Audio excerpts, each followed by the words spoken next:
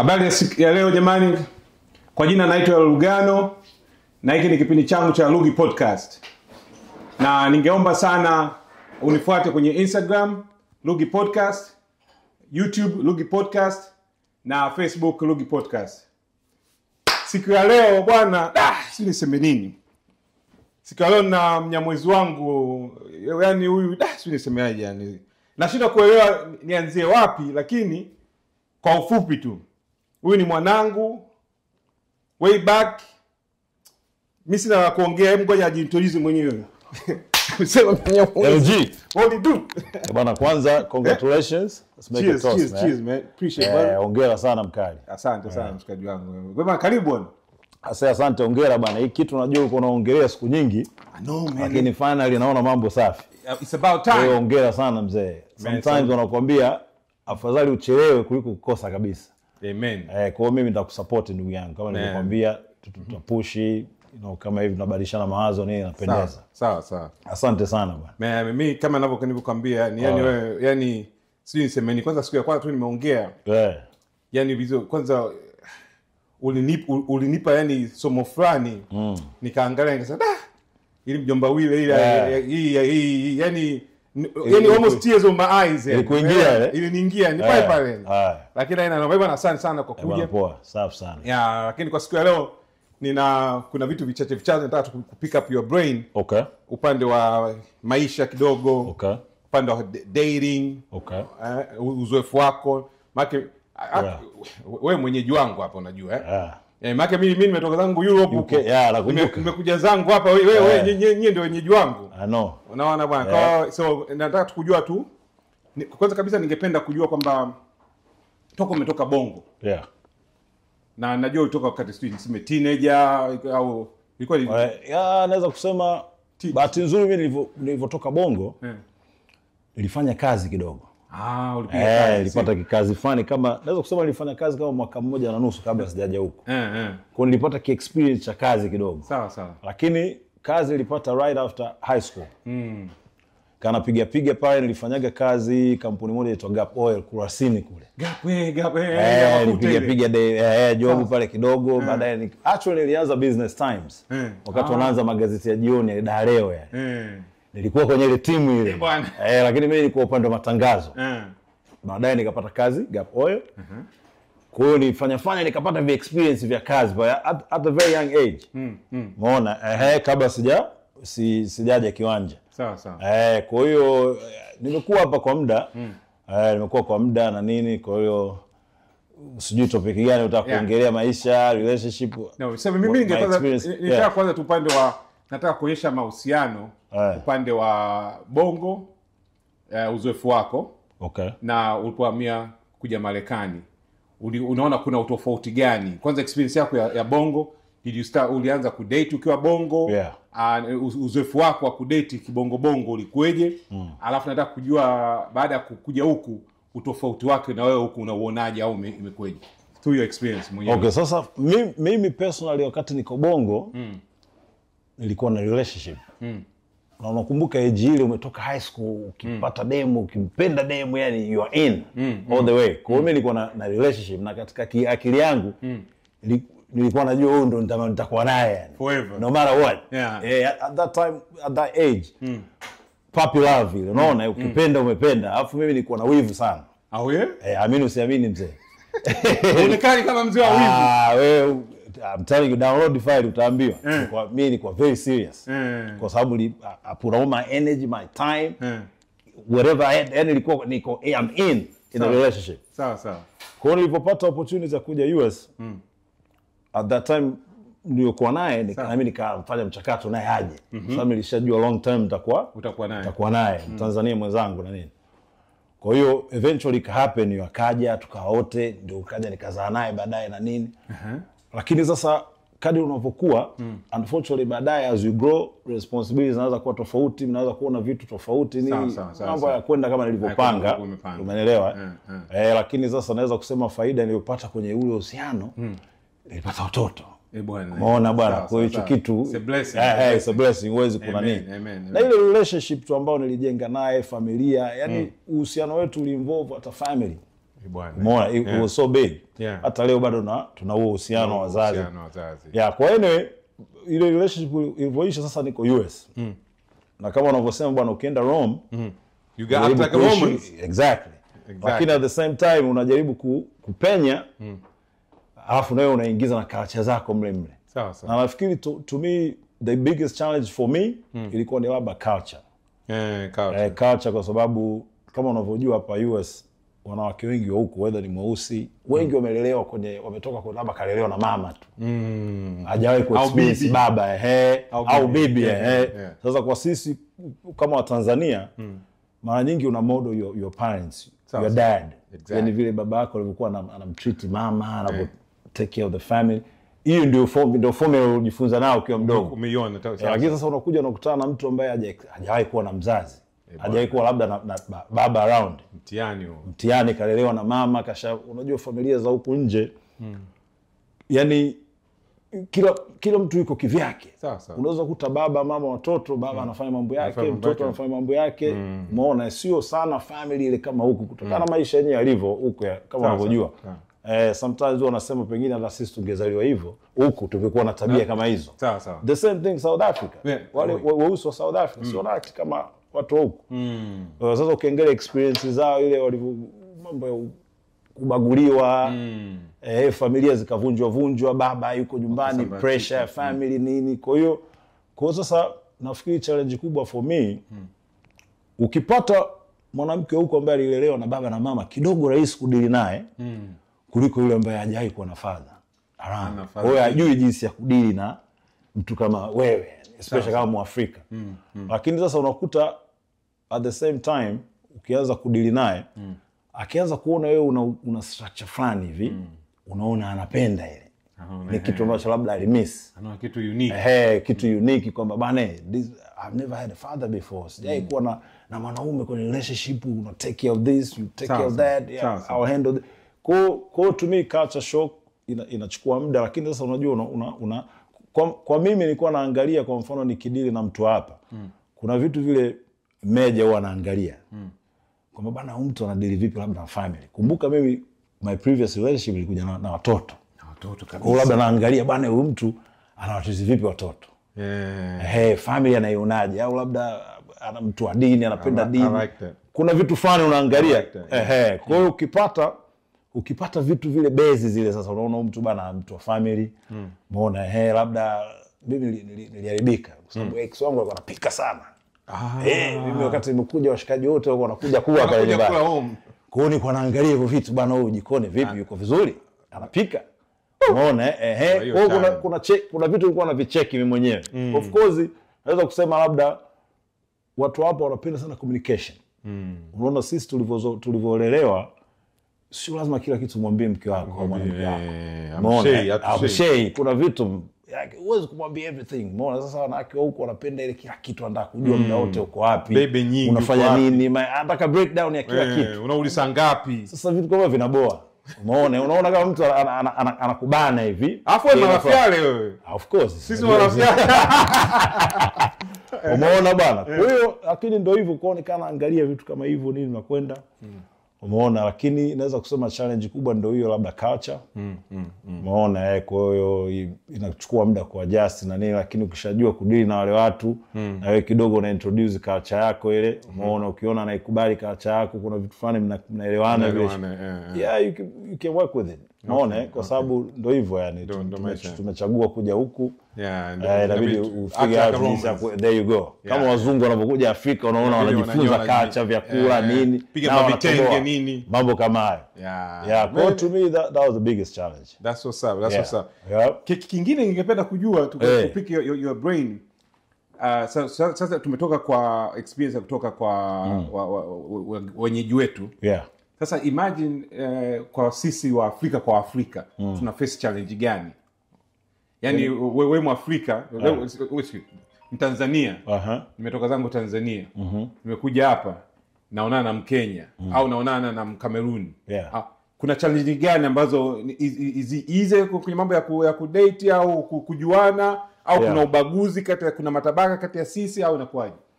To me nafikiri ukidili na mtu wa diaspora mwenzio whether ametoka Kenya, let's say kwa mfano nikiangalia Kenya, East Africa. Yeah, East Africa. Vitu vingi kama tunafanana hivi. Umeona vyakula, of course lugha.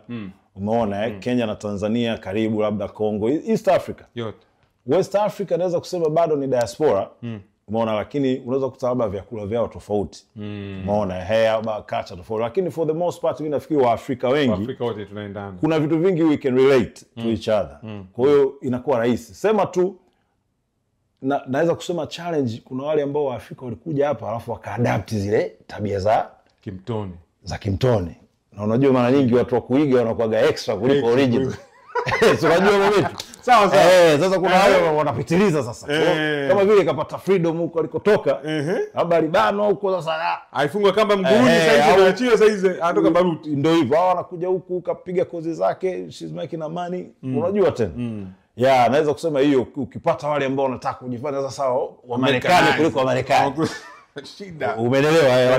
Lakini kwa ujumla mimi nafikiri wa Afrika rahisi nao. Yaani culture zetu nyingi zinafanana. Ile modo ya family ile, baba ndio the head of the family, mama na role yake nini. Kuna vitu of course mnachukua vya huku. Labda unajifunza communication kidogo na nini, mna discuss. Unajua nchi za watu. Umeona huko hamna mjomba, shangazi nini. Mke wako ndo familia, watoto ndo hao. Umeona of course you make friends. Right. Lakini friends imekutana tukiwanja. Kila mtu kaja na historia yake. Sawa. Au sio? Yeah, kwa hiyo lakini kwa ujumla mimi nafikiri hizi tu kudili na Mwafrika ambaye katoka nyumbani afa wote wamekuja huku. Ukitoa hao sasa na ukwambia walio sawa. Mambo kama na upande mwingine ambao ningependa kuuliza, kwa mfano tukija upande kwa watu ambao wanakuja na majina. Unajua kibongo sisi tunapenda sana. Unakuta sio mtoto wa nani au mtu anakuambia hiyo jina, anakuja jina la babake. Unaona? Sasa hiyo kitu wewe umeexperience vipi hiyo kitu? Wakija huku mtoni inakuaje yani? Hiyo kitu bwana Amerika hiyo account mzee. Hiyo account. Jina unaacha huko kuliko kwenye hapa ndio maana wanaita melting pot. Umeona? Hapa yani hamna ile kwamba kwa sababu jina litakusaidia nini kiwanja huku maisha yako tofauti. Umeona yuko mimi na wewe, culture tofauti, majukumu tofauti, mama yupo, baba yupo, kitokea emergency mimi ndo niko right next to you. Kwa hiyo mimi nafikiri mambo ya majina hayo kwa huku mtoto wa fulani sijui hayo babangu nani hiyo kwa Amerika mimi naona haina nguvu. Hapa ni haso yako tu mwenyewe. Wewe mwenyewe tu. Are you gonna make it? That's it. Wazungu hawajali. Hiyo wazungu what do you have to offer? Hiyo deal ya babako wewe. What can you bring on the table? There you go. Umeona bana. Kwa hiyo hayo majina nafikiri kule nyumbani tofauti. Unajua unahitaji. Mimi nakumbuka wakati kazi yangu na kufanya kule Gap Oil. Nilipewa kimemo hayo mambo ya kimemo hayo. Umepewa kimemo. Andika mtoto fulani. That's how I got in. Umeona kuna watu walikuwa na degree nini, unataka the same position, lakini mimi I was picked sababu tu vimemo hiyo. Sawa. Lakini ukija Amerika unajifunza hivyo vitu kwa mabana ya watu wanaangalia hiyo professional. What do you have to offer for me, for the company? Ajali wewe mtoto wa nani mimi nimekuja si mimi. Kama babako of course babako mkubwa ana hela anaweza kusomesha akakutolea ile haso ya kutafuta hela huku unasoma huku hiyo haso ya kutolea sasa. Hiyo ndio advantage za kusema. Lakini when it comes to dating nini hiyo vitu mzee. Nobody cares. Ukishachukua pipa hivyo baki kwa kutoka. Ma DFW hapo. That's hiyo I count it na. Na wewe unaona kuna challenge gani kwa the new generation? Compare na sisi tulivyokuwa na kama watoto wetu sasa. When it comes to dating yani wana challenge gani? Vile kumbuka point yangu ni kwamba wanadamu ya Kiafrika au ni Waafrika kwa sababu the first generation ndio sisi. Wametokea wao sasa. Wanapata challenge gani kwenye kuingia kwenye wanadate Kiafrika, wanadate kimtoni? Sio kama una uzoefu au umekuwa ukiobserve kitu chochote kama hicho. Bwana unajua generation ya sasa hivi mzee wana challenge sana babu. Kwa nini? Kwa sababu mambo yamechange. Muona siku hizi kuna mambo mtu eti anakubula online. Anaenda online anambulu mtoto anajiua. Na anashtakiwa kabisa anajua. Hapa Plano ISD shai kutokea mikijana wangu akiwa pale. Bullying to online. Mtu anaenda na commit suicide. Imagine. Hizo challenge si hatuko nazo. Alafu sasa unajua mimi nafikiri pia hapa naweza kusema social media. Muone is too much pressure, yani pressure ile. Alafu malezi ya watoto hapo ukikompare na home tofauti. Unajua home hata neighbor anaweza akakudiscipline. Sio siku hizi mwanangu. Siku hizi nasikia mambo yamechange kidogo. Siku hizi utamdiscipline mtoto wa jirani. Lakini sasa unakuta kama watoto hapa unakuta labda kwa mfano nyumbani. Uko na family, uko na uncles, aunties, grandma, grandpa. Kuna mtu atakuvuta tu pembeni atakuweka sawa. Kwamba ya vipi? Kwamba bana hivi hapa kuna pressure nyingi kwa sababu kwanza watoto inabidi wakue haraka. Umeona hapa watoto hapa 18 tayari wanaanza kukimbia mtaani. Sawa.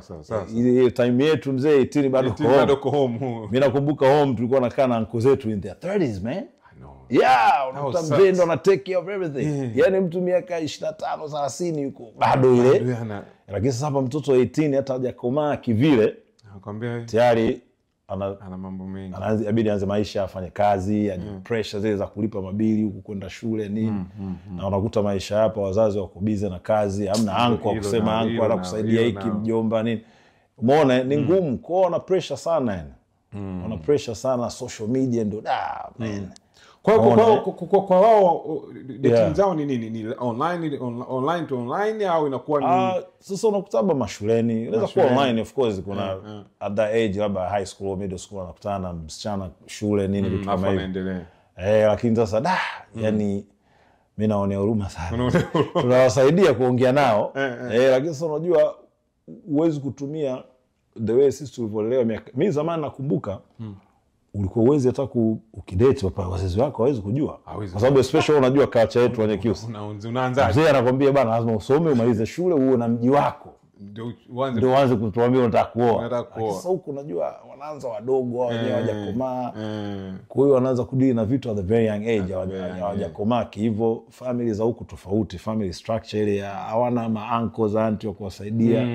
Wazazi wenyewe unakuta mtoto anamdate mzazi mwenyewe naye alishachanganyikiwaga na yeye alipokuwa. Umeelewa? Kwa hiyo ile inapasa unajua. Kwa hiyo ni challenge bana. It's challenge kwa hiyo tunaongea nao tu we share the experience. Alafu nafikiri pia watoto huko labda tofauti na home wako open. Unaona? Kwa sababu kuna issue kwa mfano mimi home let's say when I was 16 17 18 kuna issue huwezi kwenda kumfuata mshua au mama kumwambia issue fulani. Lakini huku they are open. Wanaweza kukwambia unaona wakaongea na mama yake akamsaidia ile. Kwa anajiona hayuko peke yake. Umeona na kama sisi wa Afrika unajua kidogo tuko tofauti. We support our kids no matter what. Unaona kwa baba inabidi angalau wana base fulani. Lakini ndio hivyo bana ndio dunia ile inabidi ufige out jinsi ya kuface ya mambo. My brother. UK ilikuwaje lakini UK challenges kama hizo zipo. Unajua UK mimi naona UK unajua ngumu sana kwa mimi nilivyoiona. Na kuna watu wengi wamepata nimeona tena mimi nilikuwa mjanja. Kwa nikaangalia watu ambao nimekuwa nao katika kipindi hicho kuna watu wengi wamestruggle sana. Mtu anakaa miezi 6 yani hajafinya kitu yani. Sasa miezi 6 mwanangu hapo ametoka Bongo. Yes star anajiona mjanja. Anafika Europe. Bila. Sasa unakuja unashangaa mtu anaanza kulalamika, mtoni shida. Tatizo ndio kuna clip yangu moja nimeitengeneza. Niligusia hilo swala kwamba ile kuadapt kama unasema when you're in Rome you get act like Romans. Sasa watu wengi wanakuwa wanashindwa kuadjust hiyo. Anataka kuleta mambo yale ya nyumbani. Sasa ukija watu wanakuangalia wanakuona unaongea wanakuona yani unachukua nafasi yani. Unaona kwa hiyo kwa mimi binafsi sikupata shida sana. Kwa mimi nilikuwa yani na jinsi siku zinapokwenda na adapt faster. Unaona kwa hiyo mimi lakini nimeona watu nimeshaona mtu anapiga mwaka mmoja miaka miwili bila. Yani kuna mnyamwezi mmoja hivi tulikwenda this story is funny. Yani tulimchukua mshikaji tukaenda naye ni jamaa kama watatu hivi. Nikawachukua tukaenda, nikamwambia twendeni, nilikuwa na kigari fulani hivi Fiat Punto. Nikawachukua washikaji watatu, nikawapiga ndani, nikawapeka kiwanja. Basi wametoka home wageni UK. No, wapo kama wako pale kama miaka miwili. Okay. Hamna kitu chochote. Unaona? Siku hiyo nikamwambia na twendeni, nikawachukua, piga mashine mpaka mitaa ya kati hapo. Kwenda kwenye klabu. Basi sasa kunjua klabu za Mtoni kabla yani ile kabla ya saa 8 kuanzia saa 7:30 mpaka saa 8. Ile window wanapiga slow music fulani. Nyimbo zile za kukumbatiana zile. Bana haitia aibu bwana. Yaani kuna mshikaji yani sitaki kumtaja jina. Yaani akamwomba mdada wa kizungu kucheza naye, amemshika na mimi kucheza naye. Anacheza naye anacheza nikakuta jamaa kaganda na mimi. So demo anamwangalia unajua hiyo. Jamaa kaganda maana unakuwa jamaa anajikunja namna hii. Yani normal kishenzi. Hiyo America inaweza kuwa central hiyo kwa miaka hiyo yani Mnyamwezi kakaa namna hii kuangalia kisha yani habari kaishia hapo. Anyway, kwa fupi ndio hivyo, kuna watu ambao kwa hivyo but men appreciate woga pia. Unajua mimi nafikiri pia culture yetu kama sisi wa Tanzania labda ile time yetu sasa hivi siku hizo tofauti. Ukienda home unaona tofauti. Watu wako more open, unaona wafanya vitu vingi. Zamani pia kuna uoga ule. Woga of course lugha sema lugha. Alafu sasa culture tu ya kuogopa. Woga. Mimi nakumbuka hata wakati nafanya kazi. Kuna issues zinatokea kazini, watu wanashindwa kuongea. Umeelewa Anaanzaje? Yani woga upo. Yaani wasomi hapa kipindi kile kuna ule woga. Sijui kama ni mambo yalitoka miaka enzi ile radio jamaa, I don't know. Lakini pia uoga nao nafikiri unaturudisha nyuma. Unaona unakuta mtu anajiamini ile kutokuwa na kujiamini. Hata ukiangalia mambo ya kazi Bongo, nilikuwa naongeaga na aunti yangu moja kwa ananiambia tatizo kubwa hapa home, watu wamesoma lakini watu wengi waoga. Yani mtu hawezi kujielezea mwenyewe ile confidence, hawana ile confidence. They can unaona hapo ukija huku unajifunza bana, unamwangalia mtu anaongea. Sasa kuna huo uoga pia nao. Umeona Kwa hiyo kuna watu wengine wana adjust haraka kama wewe na kuna watu ambao wanachukua time. Alafu kuna ile kusikiliziana kwanza. Kwamba nani anangoja LG aanze. Chicken na yana hizo move zipo nazo. Yako kacha lakini hivyo. Na appreciate baba. Jamaa Wila, asante sana mshikaji wangu. Asante kuchukua muda. Jamani, asante sana kwa kusikia kipindi changu cha Lugi Podcast. Naomba msisahau kunifuata Instagram Lugi Podcast na YouTube Lugi Podcast na Facebook.